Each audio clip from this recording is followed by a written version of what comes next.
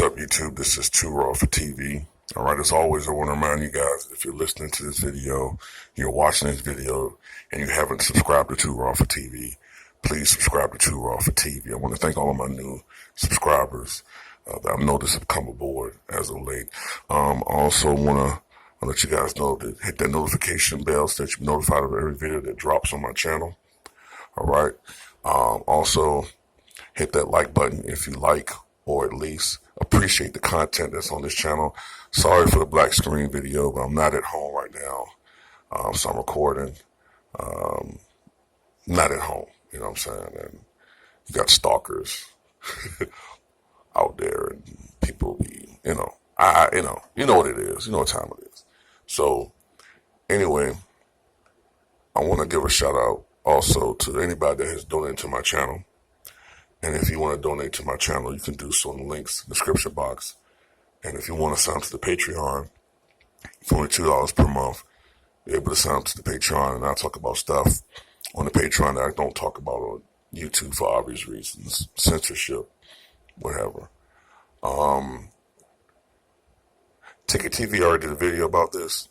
Matter of fact, shout out to Ticket TV, the one that notified me about this. Former NBA player and current Charlotte Hornets owner, Michael Jordan. I mean, you already kind of knew he felt this way, but Michael Jordan is not a fan of load management. I think his name is Clark Clifford. I think that's his name. He's a coach, I think now the Orlando Magic. I might have mispronounced his name, but he's a coach of the Orlando Magic, but he used to be the coach of the then, I think, Charlotte Bobcats before they became the Charlotte Hornets. And he said that Michael Jordan constantly reminded him, the coach and the organization, that he did not support this load management bullshit. He said that you're paid to play every game. And actually, technically, it's kind of the case. Now, injuries is one thing, because these guys are investments. So I understand if you do have some type of injury. Yeah, of course you're going to play limited minutes and you might miss some games. But my thing with Kawhi Leonard, I think this load management thing is kind of, I think it's overboard. You know what I'm saying? I think it's overkill. I could see Leonard missing maybe 1 out of every 10 games. Okay, that's not too bad. But they've already missed 2 games and being on pace to miss, 15 to 20 games, maybe a little more than that. That's excessive. I know some of my subscribers say, well, Mike, you don't know what's going on with this dude's body. Well, if he's that injured, then maybe he need some type of surgery. Oh, but he don't want to do that because he don't want to take a risk to how the commodity is, his value.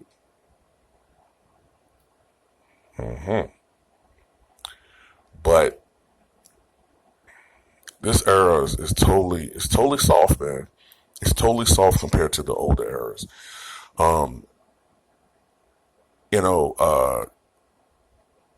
There's some people that question the coach of the New York Knicks, Fizdale. There's some people that question him playing R.J. Barrett too many minutes. And I don't get it. I do not understand this generation. I don't understand it. Because when I was growing up, which was really not that long ago, the 80s into the 90s, players wanted to play every game. That was a goal for a guy, to play every game. Okay? A lot of players didn't meet that goal, but they wanted to play every game. The Iron Man in the NBA was something that was respected and admired. You know what I'm saying? Guys like AC Green, and guys like Randy Smith. Guys that want to go out there and compete and play every night, and were fortunate to play almost every night. The Elvin Hayes, the Dolph Shays, the Danny Shays, guys that were able to come out there and play every night. Now, some of it has to do with luck. I understand that, and maybe some guys are genetically predisposed. Jesus, what's wrong with my mouth today? Some guys are genetically predisposed. Some guys might be genetically akin to getting injured. Why can't I say that word today? Genetically predisposed. Now I want to say it right. Fuck wrong with my mouth. Jerry West often talked about that. But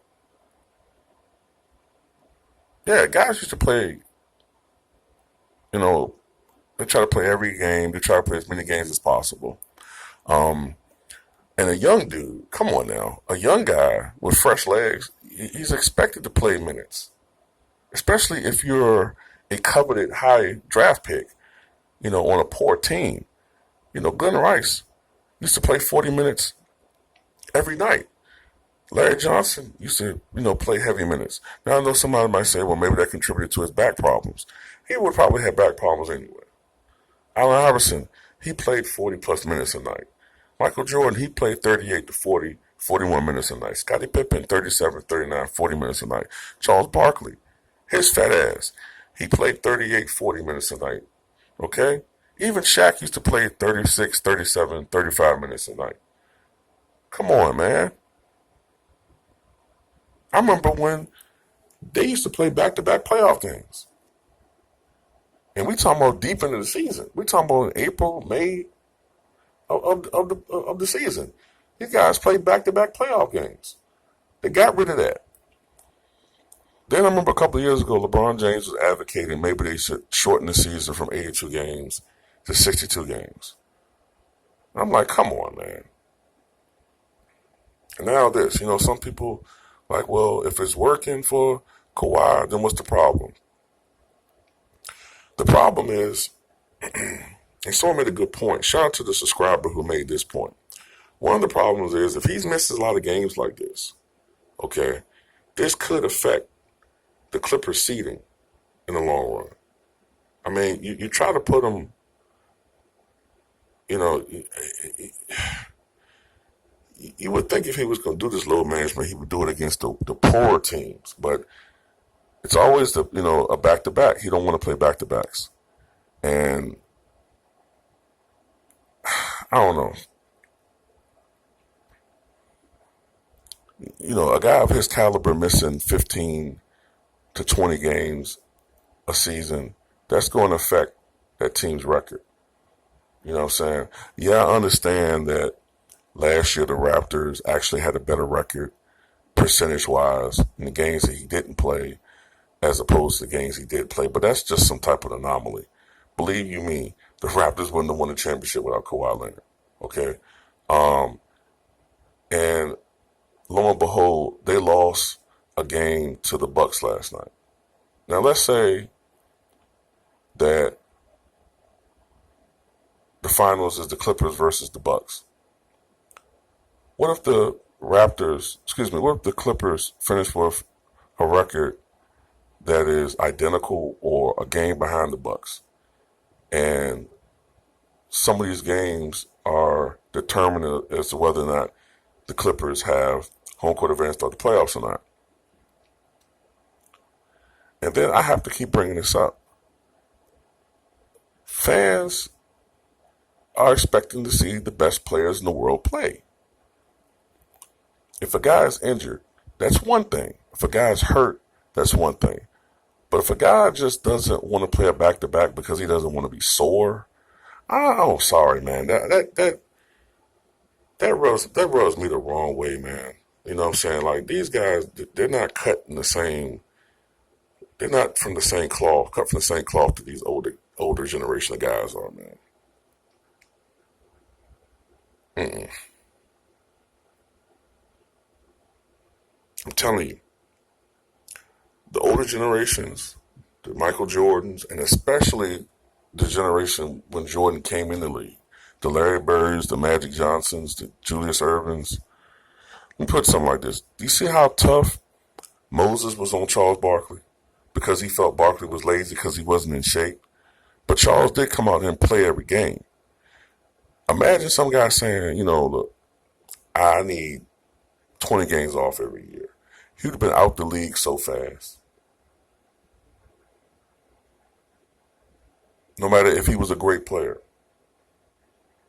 he probably wouldn't have lasted that long because they would have saw that as being a detriment to the team. If everybody else is out there competing, you got to compete. I know it's a cliche, it's a worn out cliche, but the leader sets the tone. And on the court, nobody can ever question Kawhi Leonard's commitment out to the defense. He brings it 110% every game. That's not what I question. But this load management thing is getting a little out of hand. It was one thing when he was a season removed from the injury or a couple of seasons removed. But look, if I was hard on Gordon Hayward for not playing well and now he's finally playing well, and Gordon Hayward is 2 years removed from that injury? Kawhi is 2 years removed from that injury? So why is Kawhi still missing games? Gordon Hayward's not missing games. He's fully healed. What the fuck is wrong with Kawhi? Is there something more seriously wrong with him? If so, maybe he needs to be more forthcoming. Maybe the Spurs weren't completely lying about everything. Maybe Skip Bayless had some points.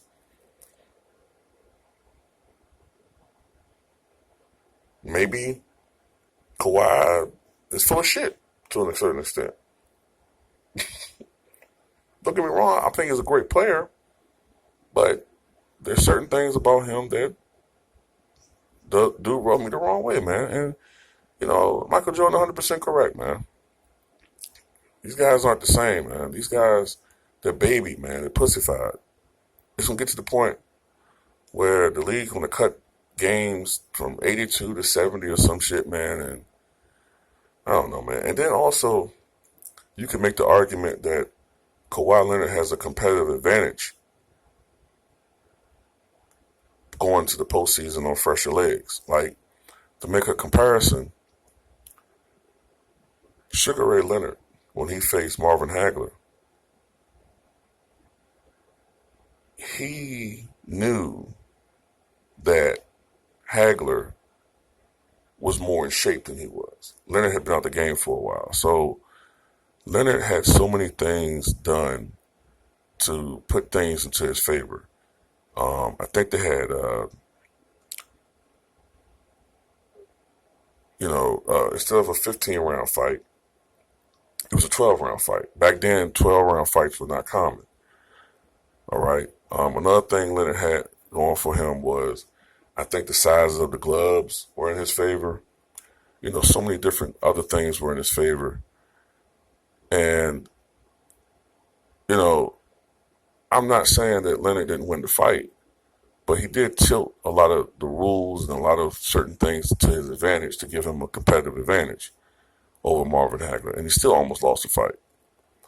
So basically, it does give Kawhi Leonard a bit of an advantage, having only played 60 games in the regular season, while LeBron James will possibly play 75 to 80 games this year, playing a position that it's going to be tough on him at this stage of his career. Point guard, basically, at age 34 going to 35. So, yeah, LeBron might be more worn down by come March and April than Kawhi Leonard. So it is what it is, man. It's a controversial topic. I understand the points from some people who support the load management. My thing is, I think it's just excessive. It's too excessive. Okay, I can understand, maybe 7, 8 games, but 15, 20, that's excessive.